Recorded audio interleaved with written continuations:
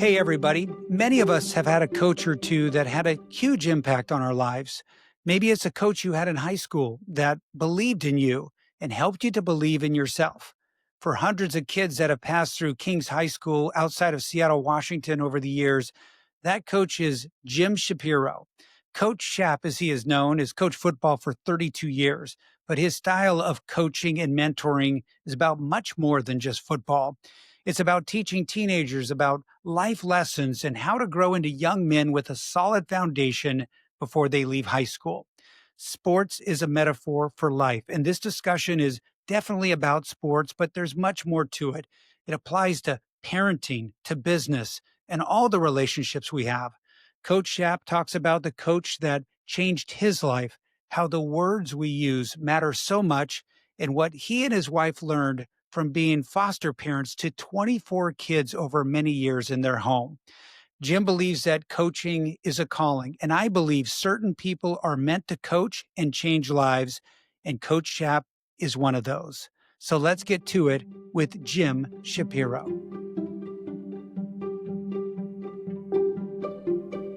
Well, let's rock and roll. First thing is, I was reading your, Twitter bio, and it says, "Dad to 3, grandpa to 3, foster dad to 24."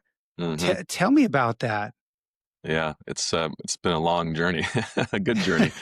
I mean, the story goes like this. I've been married 32 years now. In our younger years, we have two older biological children. My daughter, who's now 29, Gracia, and my son Atlee, who's 26. When they were Mhm, younger, I'm guessing probably Gracia was 7, Atlee was 4.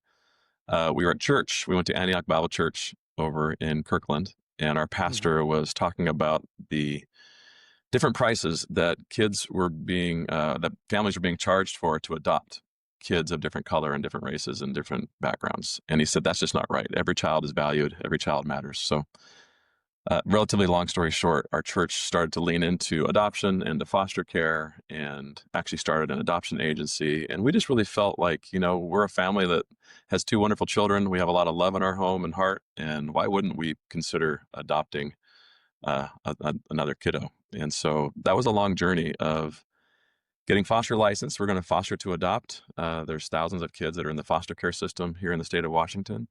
And we Mhm. felt that if we could just love on those kids, anyone that came into our home, and eventually, if God brought our ultimate final child to our house, great. And so, honestly, Greg, it was heartache after heartache. It was 24 broken hearts for us, Yeah. but they're also beautiful moments. We fostered kids as old as a 15-year-old girl to newborn babies that were 2 or 3 days old.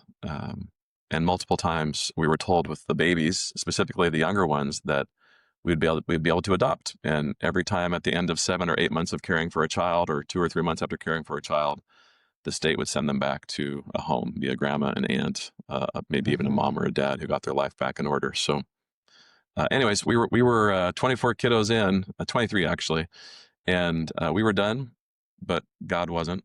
We got a phone call from our CASA, someone who had helped us in the courts with these other kids, said, hey, there's this kid down in South Seattle who was born who needs a home. And Mhm. so I walked into the NICU where he was, and I'm not to say I heard God's audible voice, but I just kind of sensed God saying, here's your son. And so we adopted our last one here. His name's Kai. He's now 15 years Mhm. old, and we adopted Mhm. him, brought him home when he was 6 weeks old. So there's a long story, long journey in there, but Yeah. both beauty and heartache in taking care of these kids, loving on them. I have story after story of beauty that came out of those experiences. And then ultimately our son Kai is the most wonderful story and part of that story. Yeah. Wow, that's just awesome. I mean, there's so much selflessness in that and giving. And that reigns throughout your career, and we'll talk about it through coaching and teaching and all the things you do. But when you say 24 broken hearts, are you talking about that it was broken hearts for you because ultimately the idea was you were hoping to keep those Yeah. kids, but they ended up going back in Yeah. one way or another? I think like anything, you walk in with your own perspective, your own goals, the things that you desire. And so there were, Hmm. I wouldn't say all were broken hearts for us, but there were multiple stories of us caring for an infant, who we were told we could adopt. And then 7 months later, having to hand him back Yeah. to a caseworker on my doorstep. That's like losing a child. Fortunately, we've never lost a child to Yeah. sickness or death, but to me, that's the closest thing we've experienced. So that's some of our heartache, but also the heartache of these kids coming into our home. I remember a beautiful little girl. She was 8 years old. Her name was Lovely. And she was with us because her parents couldn't care for her anymore and her family wasn't able to take care of her. So she was with us for a bit. But the very first night she was with us in our home, my wife and I went to go tuck her into bed. And she looked up at me with these beautiful brown eyes, but very stern and direct look. And she looked at me and she said, "Are you going to hit me tonight?" I'm like, "No, Oh, honey, I'm not going to hit you tonight. I'm going to yeah. love you. I'm going to pray for you tonight. You're in a safe place." And so the beauty of her pain coming into our home, but after being with us for a few months, she was the one that was no longer swearing, because she was swearing when she showed up. She was no longer in fear. She was no longer worried. She was actually leading our family in grace and prayer before dinner. So it was a beautiful change of heart, but a lot of heartache on both sides. Ours in sadness and loss, but also in the sadness that we saw and the pain that we saw come into our home. So how did you manage that? How did you not get discouraged? I mean, clearly your faith is a big part of that, but is that had to be hard Yeah, to keep coming back, yeah, coming back up. yeah, for sure. I mean, I'm a man of faith. I believe in the Lord and have Mhm. followed Him for many years. And so there's a lot of places to be rooted in that comfort. Even in the midst of pain. That's what I believe, and that's what I've been taught. And I've experienced it. But there's also, I think, just in relationally with the people you have around you. And there's a lot we'll talk about today about teams. And obviously, the greatest teammate, is my wife. And we were rooted enough in our relationship with each other and our faith and our values that we could weather the storm. And then, honestly, even when my kids were younger, just their participation in this, their teamwork in this, their Mm. 7 and 4 when we started, and they were 17 and 14 when we finished. Uh-huh. And to see them grow up in this journey. But yeah, just teammates around you could call them that, family members, church, community, school, neighbors.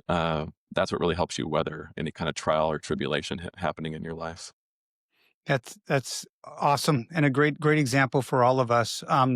So longtime football coach, and football's just part of it, and that's what I love about your story and the mentors that you followed.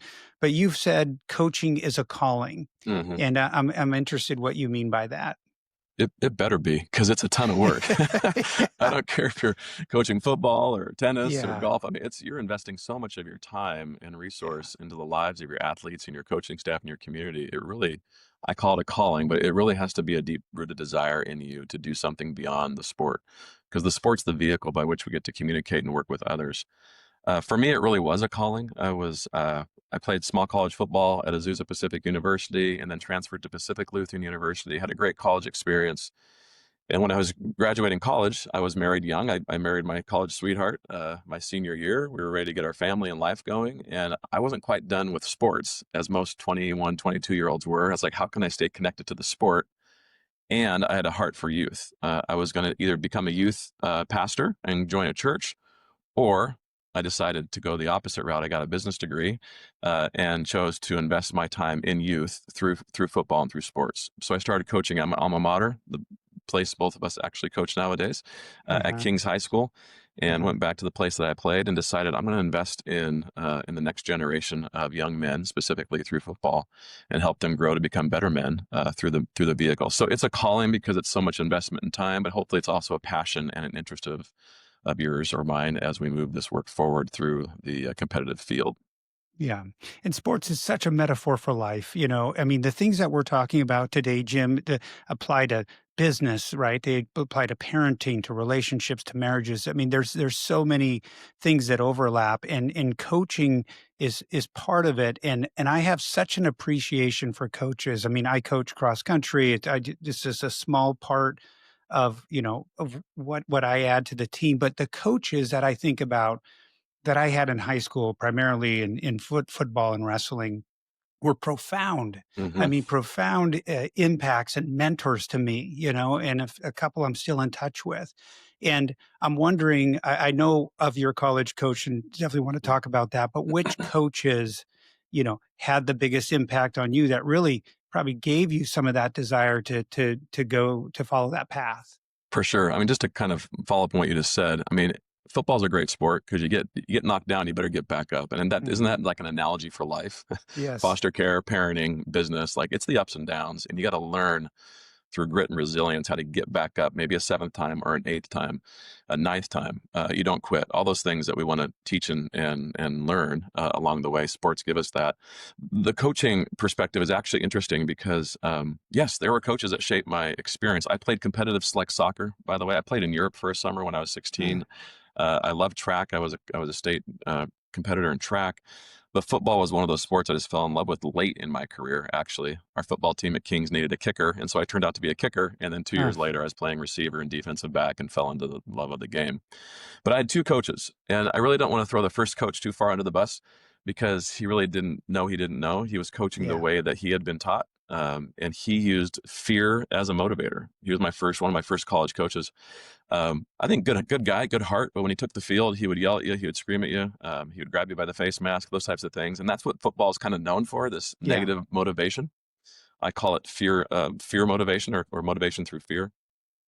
And so he did shape my opinion of what I did not want to be as a coach, as a mentor, as a business leader, as a father. Again, I'm not knocking him as a person. I think he has a great heart, but just his style was what he was taught. He had played in That's the probably what he NFL. He was learned. taught That's what he learned. what he Yeah. had learned, and isn't that Yeah. so true with life? So he was applying what he had learned. And again, we could take it to parenting and to business and to everything else. We apply what we've learned, but if we're not careful, we're applying things that we don't want to apply or shouldn't apply. I did transfer to Pacific Lutheran University, where I was able to play for Frosty Westering, who is actually one of the all-time winningest coaches ever in college football history, including names with Bear Bryant. He's on that list. So the guy knew what he was doing from a football perspective, but he used love as a motivator. And sometimes that was tough love, but there's a whole different model when a player knows you love him, you care about her, whoever you're coaching. Those players will play so much farther and further for you because there's a love as a foundation. And like I said a second ago, sometimes that's tough love. He was an old Marine. He had a shaved head, a big guy, Marine, tough looking kind of guy, but you knew he loved you before he held you accountable. And that was the difference. And so I've been trying to implement that model at Kings for the last 3 decades. So Frosty is well known nationally. Of course, he passed away a few years ago, but he coached over 30 years, and he's one of the all-time winningest coaches, as you said. But he's clearly known here in the Northwest. And I remember growing up, I grew up in Pierce County, hearing about Frosty. My sister went to PLU. I worked with Tony Ventrella at Cairo. Tony loved Frosty. Tony's very positive guy, just like Frosty was. But what was it about what he did? You were a player there. You won a national championship with him in NAIA Division II. What did he do outside of football that is different, that probably shaped some of the way you do things? Yeah, it's interesting you say outside of football because it's kind of outside and inside. It was always the way Frosty was. Outside of football, he really knew how to help you believe in who you were. He believed you were beautifully and wonderfully made to be you. He took average athletes and maybe slightly above average athletes and made them great because they emotionally and mentally thought they could do something beyond their abilities. So he was really a sports psychologist. He would take us away preseason to a 3-day breakaway where we would go to the Oregon coast and we'd play games and we would compete and we'd build pyramids and do skits. And there was nothing about football, but it was about team bonding, about getting to know your teammate. He would have us set goals every week. We'd set goal sets, write them down on paper, and he would take, there's 100 guys on the team. He would take every goal set of every player in that week and red pen, go get him. You got it. Hey, consider changing this, changing that. So he was also leaning into each individual player's mindset for the week. And by the way, the goal sets weren't just football. They were academic, they were relational, they were spiritual goal sets.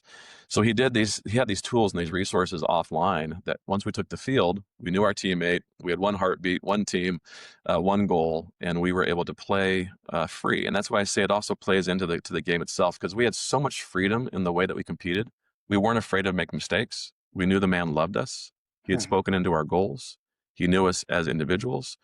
And so there's this weird, amazing freedom. In fact, the title of his book, includes this idea of total release. And it's like, that's what happened. We were able to totally release, to have freedom in playing. And like you said, we won a national championship and we were undersized, athletes, but we got it done.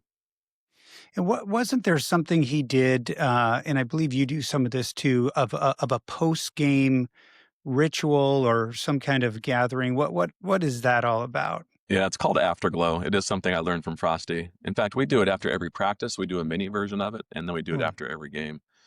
The after practice mini afterglow is, I call it handing out roses. So I'll bring the team together. We just had practice for 90 minutes to an hour. And I'd say, okay, guys, call out someone else in this group who gave great effort, had great attitude. And so, I might say, hey, Greg hustled on that play. And then we give Greg an attaway and clap, and off we go. So we give each person a chance to kind of acknowledge their teammate. The afterglow is designed the same way, but we bring parents, we bring cheerleaders, fans into the stands or on the field, and we do the same thing. We put up and encourage what we saw that night. In Frosty's model, he would be putting up someone in the concession stand. He would put up the bus driver. He would put up the person that was holding the chains during the game. Like, he was calling in community to say, hey, you saw someone today who did something amazing and great. Call them out. Let them know. And Greg, isn't that a great application for our own lives in the Yes. workspace at home? Like, how often we see something, but we don't say something. Yeah. And so we have an adage, put up or shut up. And we're going to put up all day long. And the afterglow is a great space and place to encourage and put up someone that you saw do something great that day. Yeah, and then words make such a big difference, and just I think high school players are so impressionable, right? And, Mm. and they're still growing; their brains are still developing. How do you factor that in as you're coaching and loving on kids that you get frustrated at times because they make the same mistake over or something seems so obvious? There's a balance there, I think, as a coach, is a little bit of a challenge to figure out the communication style, and it might be different for each kid. It is. Well, first of all, keep in mind, we're dealing with 14-year-old boys. And then Mm. by the time they graduate, they're hopefully close to becoming 18-year-old men. So there's a massive difference physically, emotionally, in really a child that shows up as a freshman and hopefully, again, a young man that leaves. So you do have to recognize age difference, physical, emotional difference. And then each individual is different. And so at Kings, I've been trying to coach the coach, helping them recognize we can either be transactional coaches or be transformational coaches. Transaction is a kid's a number. He's a number 2 quarterback or a number 3 lineman. They're just a number on a sheet.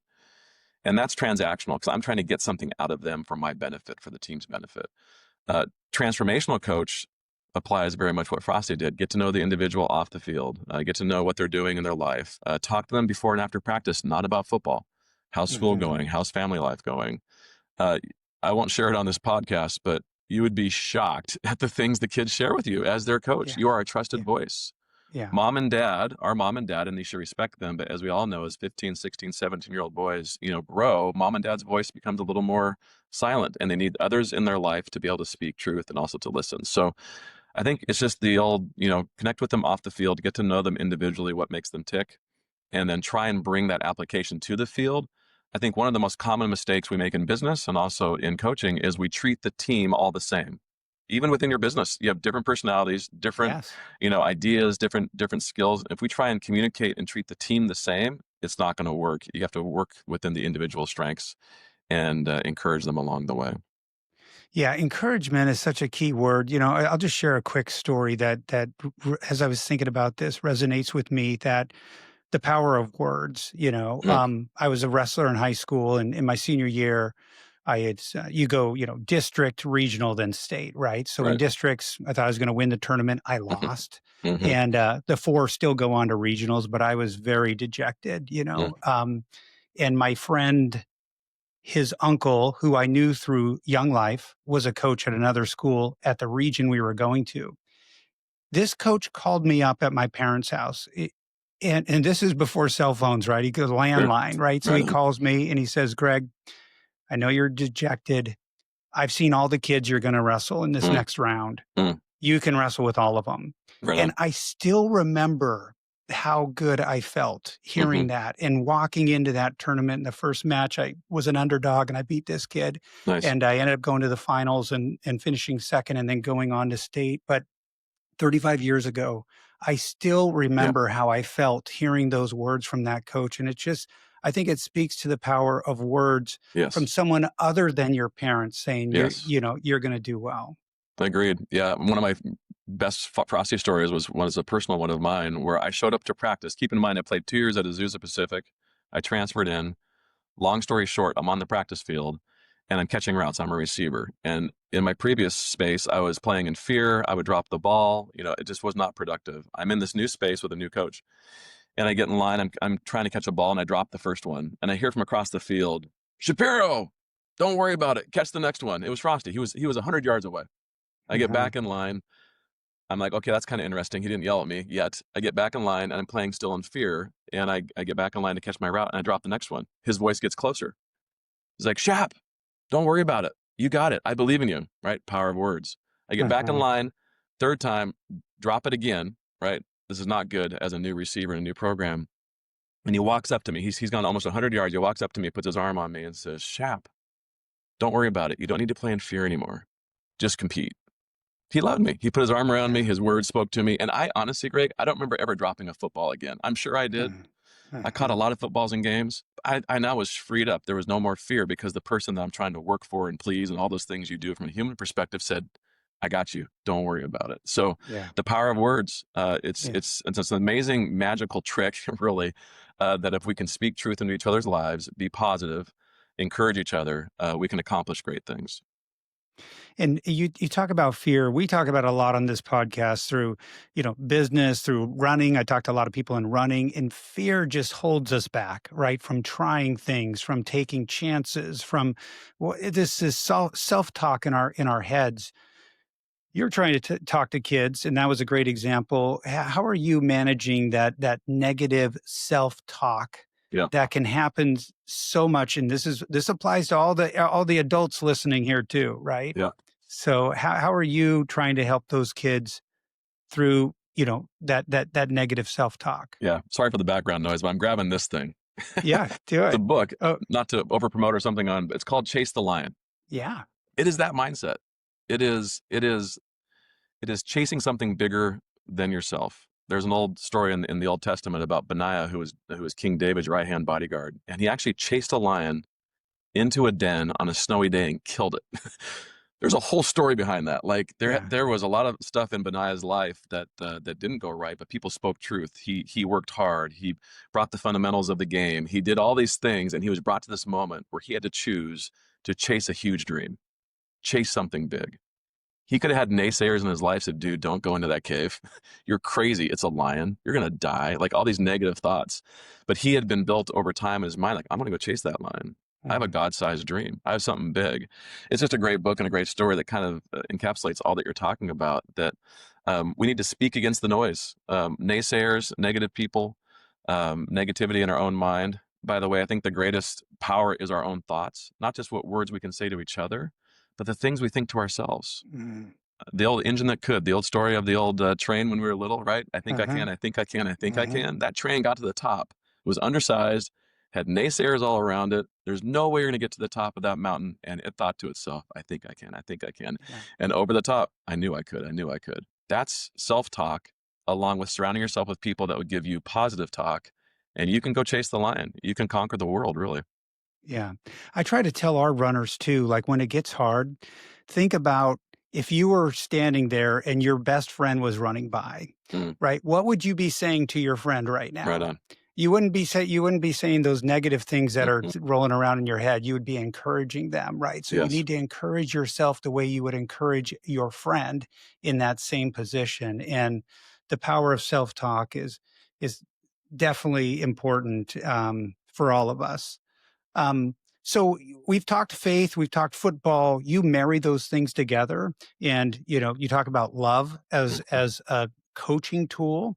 How do you marry those things together? And I think a lot of coaches at Christian schools, that's a balance that they do because you want aggression, right? Yeah. But is it helping the guy up off the that you just Right. knocked down, or how are you marrying those things together? It is the hardest thing to do with a 16-year-old young man who's saying, "Hey, man, this game's about hit or getting hit.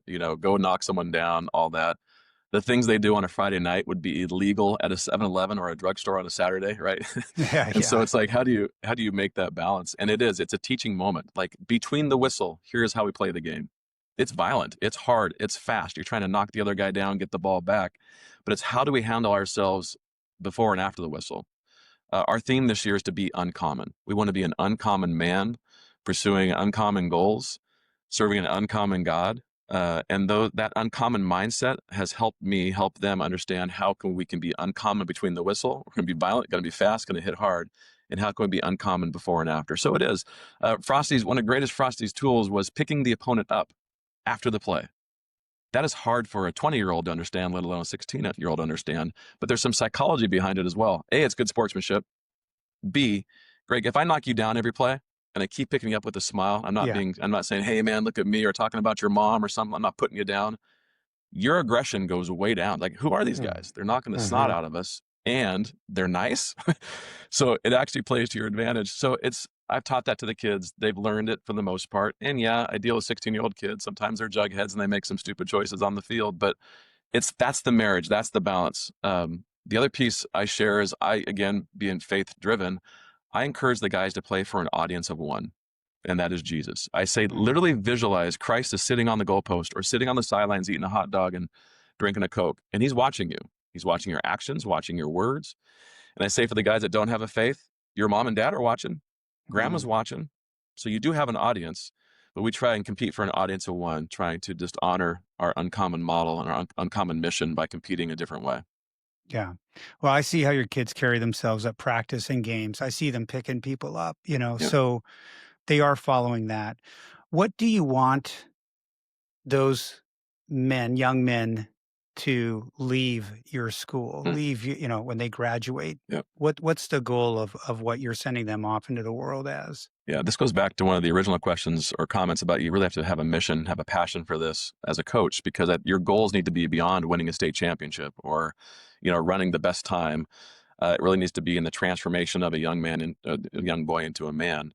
And so what I hope is that they have learned how to be a man with respect for others, all the basic, I could put a whole bunch of definitions to it, just being a better man. But in our case, to be a godly man that's pursuing God and faith and family and honesty and integrity and strength and grit. And the list is very long. So you can watch them grow, because we know the college years are hard. They're going to have very difficult life decisions to make. Marriage is going to be hard. Work is going to be hard. Cancer is going to be hard. Like, you name it, life's coming at these Mhm. kids. And so my hope is they can leave with the tools that we've instilled in them to then, when they get knocked down, get back up. I mean, I've been coaching now.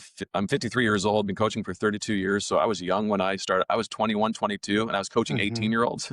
So guys Yeah. that have coached are actually in their late 40s. And to see their story, to see their journey, to have them come back and say, Shap, when you said this to me, or when when I learned this from your program, I've applied it, is the greatest reward. So simple answer, be uncommon godly men when you leave here and go live a life of tenacity and purpose. How has your coaching style changed as you've matured? Has it, over Yeah. 32 years? Oh my gosh, I laugh because yes, I was 21, 22 years old, and I Yeah. want to go win every championship in the world. Even though Y I'd learned under Frosty, it's not about winning; it's all this byproduct. I'm like, yeah, right. We're here yeah. to, I'm out there running routes. I'm putting shoulder pads on. I mean, if I did that now, you'd become visiting me down at the hospital. So physically, I've changed. Emotionally, I've changed. I would say I've changed as being a transactional coach a little bit too much in my early days, and Mhm. really leaning into being a transformational coach. In my early days, it was all about, I love the X's and O's. I was offensive coordinator and a defensive coordinator for almost 3 decades. It's not until the last 3 years I gave both of those up, and I've decided I'm going to coach the coach. I'm going to be Mhm. the conductor of the orchestra. That's been hard. My ego's kind of been bruised a little bit. I want to call the Mm. play. I want to get in there and do the kind of the fun stuff. So there's been a transition in my own maturity, transition in my own responsibility, but really that transactional to transformational coach is always a journey. And we're leaning so much more into that personally and also as a program. I think that's the difference. I've loved the kids along the way. I've taught the kids along the way. I've applied what Frosty has taught me along the way, but my own maturity, I think we just get wiser and with our older age and get a little more sage in the way that we think. You touched on it a little bit, but I think I'd like to hear a little bit more about what it's like to see kids that you coached now as parents. Some of them, I mean, a number of them are coaching with you, and they have kids. I see their little kids running around, at Yeah. practice and stuff. I mean, that's got to be rewarding seeing these men develop into the people they are today. It's amazing. I think I have 6 guys on my staff that actually played football for me back in the day. And now, like you said, they're Mhm. married, they're businessmen, they're dads. It's just such a great reward. And even you saying it now, I don't think I really appreciate it as much as I'm not aware of it as much as I should be. Like, it's a great harvest. We're planting seeds as coaches. Every kid or young adult on your roster is a seed. And are you watering that seed? Are you speaking truth into that life? Are you teaching them things? And It is. It's an amazing reward. And, like I'm walking right now with one of my guys who has terminal cancer.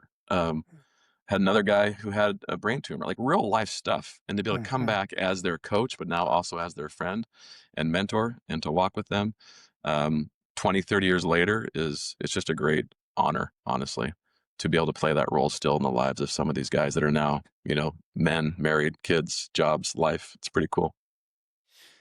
So what have you learned about dealing with parents over over 30 years of coaching? Because you know that has its pluses and minuses because parents care so much, and Yes, they sometimes do. they care too much. But what have you learned about navigating those waters? Yeah. Well, first of all, we all have the parent lens. Even when we're aware that we have the parent lens, we still have the parent lens. Our Yes, kid's good. Our kid's better. Our kid yes. deserves time, all those things. So I don't discount all those emotions. I, I don't know if this has been wise or not, but I don't even know where I got it. But in my early days of coaching, I told parents, I will talk to you anytime, any place about anything about your son outside of the football season. After the season or before the season and those Mm, 9 months in between, if you want to sit down and talk depth chart, playing time, how come I called that play in game two, like all the things that might bother you, I will talk to you outside of the season. I will not talk to you during the season. That's not your role. Your role is mhm. to cheer on your child, to encourage them, to prepare them, to provide for them, and to speak positive words into their lives. I will talk to your young son, your young man, about his playing time, his role, our schemes. And why I do that is because we spend almost 30 hours a week as coaches preparing and or with your son. You spend none of those hours with us understanding game plan, understanding depth chart, understanding playing time. And I want your 15-year-old son to grow up and to learn how to talk to an adult man about a problem or a conflict. So for me, it's been very quiet for 30 plus years. I've had Yeah, that's very great. few parent problems. I've had multiple wonderful and sometimes hard parent meetings outside the season. But once we're outside the heat of battle, things tend to calm down. So that's been my policy.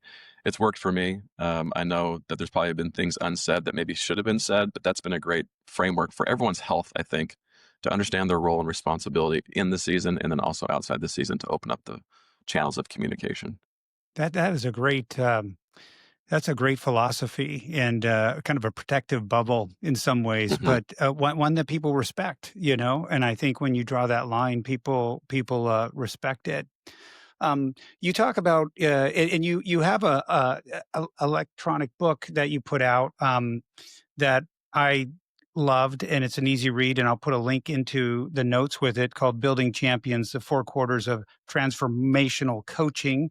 And there's four words in there that you focus on, which are, we've touched on some of it: commitment, selflessness, toughness, and love. On the selflessness part, I'm curious, that's hard for adults, Yeah. right? That's hard Yeah. for a lot of people because we're a me culture. Hmm. And teaching that to 14 to 17-year-old boys would be difficult. So I think you've touched on some of it, but how do you reinforce the idea of Yeah. selflessness to Yeah. these players?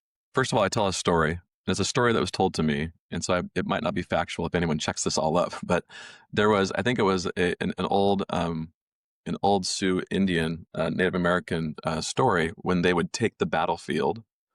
They would stake themselves, they'd put a stake in the ground and they would tie a rope around their ankle and they'd tie a rope to the stake. And they, in essence, were going to stand their ground. They're going to fight in battle, come death or life. They're not going to move, in essence. And so they were dying potentially to self to benefit the team and the tribe. Hmm. And so I tell the guys, I'm not asking you to die to physical death, but I want you to stake yourself. I want you to stand on solid ground. I want you to be girded into what you know and to be, again, gritty and tough. And yet I want you to die to self. If you can live for team, if you can live for others, if you can live on behalf of what the greater goals are, great things will happen. I also share a story that Frosty shared. There's two rooms in your home. One is a mirror room and one is a window room. The mirror room, you walk in the mirror room and you walk in, you shut the door, all you see is mirrors and all you see is yourself. That's all you can find. There's nothing else but you. That is being selfish. You walk into the window room, shut the door, it's all windows. You can't see yourself. All you can see is others outside. And so I ask the boys often, get out of the mirror room. I can even use the term, get out of the mirror room. You're in the mirror room right now. Go to the window room. What about others?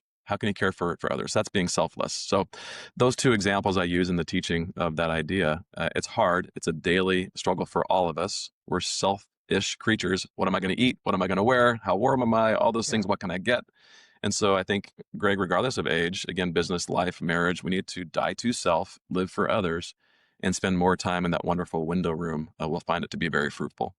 Yeah, that's great. That is great. That is great knowledge there to share. With players today, is it different than 10 years ago with social media? We're talking about self, right? It's Yeah. about, you know, again, about, postings and whatnot. Mhm. Are you aware of that? Does that change anything for you?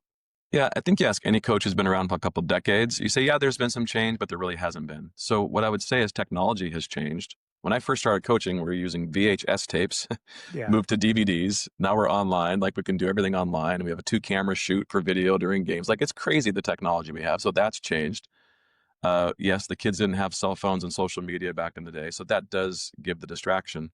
What I do love about football, they have to put their phones in their backpack and they don't get it for 2 hours. So once we're on the field, it's not there. But I will say what hasn't changed is the heart of the young man. I think what hasn't changed is the wiring of who they are as humans. What hasn't changed is their desire to be seen and heard and loved and cared for. Those things have not changed. So sure, the environment, technology has changed some things, but really the heart of the young man has not.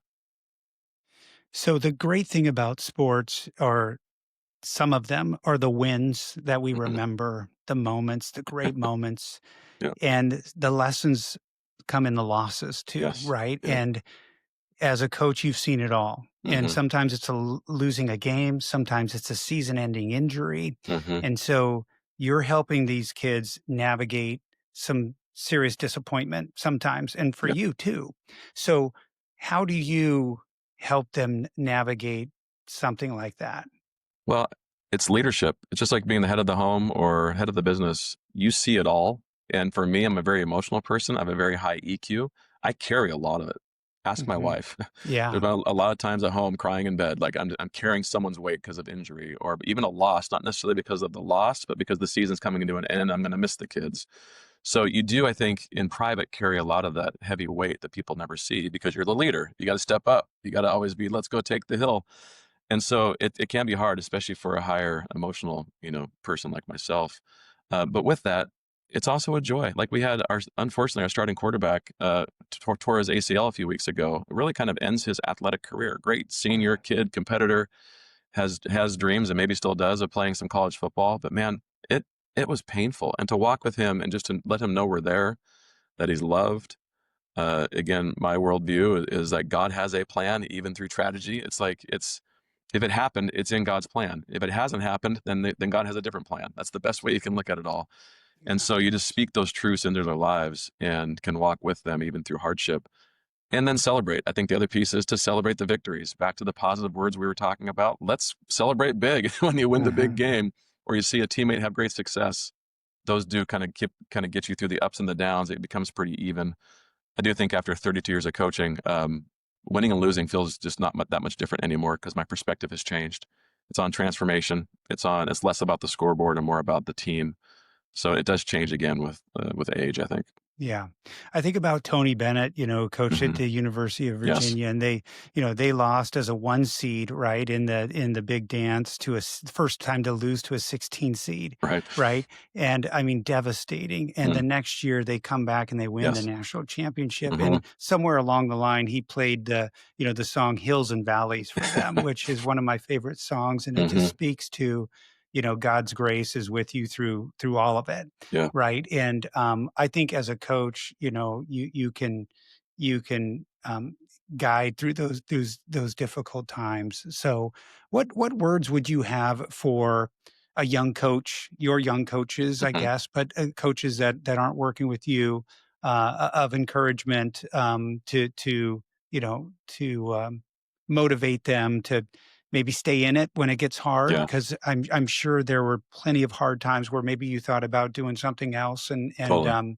what would you say to them? Yeah. Well, first, just to echo what you said, my first year as a head coach, I went 1-9. Yeah. We were losing by 70 points a night. We were celebrating field goals and first downs. Like, you had to find the things to celebrate. 2 years later, we were 9-1, ranked number one in state, had a great team. That those sophomores became seniors over 2 years, and it was crazy. But I think what we've talked about today would be what I would say to a younger coach. And it's hard because that younger coach was taught and trained a certain way, most likely not in this way, but to be more transformational. I tell my own kids, the scoreboard lies. We don't look at the scoreboard. We could be up by 50 or down by 50. That does not determine the man's heart, his energy, his effort. And so trying to get this mindset of it's not about the win. The win is a byproduct. It's not about the score. The score is a byproduct of what you do throughout the week and the transformation you can have and help with in the lives of your student athletes. So it's a hard transformation to make in your own brain, but when you do it, it changes the whole outlook of what you're doing. So I would say less about winning, less about scoreboard, more about transformation, more about celebrating little successes along the way, first downs and field goals. And you'll create some momentum, and the byproduct, guess what, is winning. It actually happens more often on the Yes. scoreboard when you have that mindset. So you actually get what you want if you really believe in the first part of being transformational and less about winning, more about just speaking to the lives of your athletes. So how have you invested in your career along the way and sharpened your axe? Is that Hmm. by reading books, following other coaches? What are the ways that you've tried to stay on your game, Yeah. either directly through football or through other avenues? Yeah, I think this is true both in business and in football coaching. We all want to, I mean, there's plenty of good people out there that would love to share, would love to sit down with you, would love to talk. A couple of years ago, I went up to a Linden High School and met with the head coach up there. Very successful program up in Whatcom County. I knew someone who knew him, but he didn't know me at all. We sat down, had a couple hours of conversation around his program and the way they do things. I brought some of that back and changed some of our leadership structure regarding our captains and squad leaders, and that helped transform our program. I went to Archbishop Murphy and met with their strength coach, one of the best athletic programs, I think, in the state, honestly, at Mhm. least in football for sure, and met with their strength coach, and he showed me all their program. And we brought a lot of that back into our space. We renovated our weight room. We have a better strength program. So I think we can learn from others, but we need to be intentional. Pick up the phone, schedule some meetings. People love to share what they know. That would be the best resource, I think. Clinics are fine. Reading books are great, but to sit down with someone one-on-one, build relationship and rapport, and really hear from their past experience is the most valuable thing you can do. So people want to check you out. I know Twitter is probably a place to do that. Is that the best place to follow you? And you have some great inspirational messages on there, so I like that. But is that probably the best place for people to It follow is, you? yeah. In the football world, Twitter's kind of the king social platform. So yeah, it's at Jim Shapiro on Twitter. Happy to follow me or just follow the content. I do also co-run a company called Better Fundraising. You can see me there at betterfundraising.com. We do some nonprofit charitable consulting there as well. So those are probably the two areas that you'd find me most in the marketplace. And your book that I mentioned, it's an electronic book that I mean, if it's okay, I'll put a link in. And it's a PDF, and people can find it there. I think it's great for parents. I think Hmm. coaches of all sports. Um, and I said this before, but I have such a great appreciation for coaches through my own experience as a parent. As also doing some coaching myself. So hats off to you. I appreciate everything you're doing, Jim. You've really created a culture there, and the effect has been profound. So hats off to you, and great work. Thank you, Greg. Very kind. Thanks for having me on today. And feel free Uh, to share the ebook. Yeah, spread the word. Good. All right. Thanks for being here. All right, brother.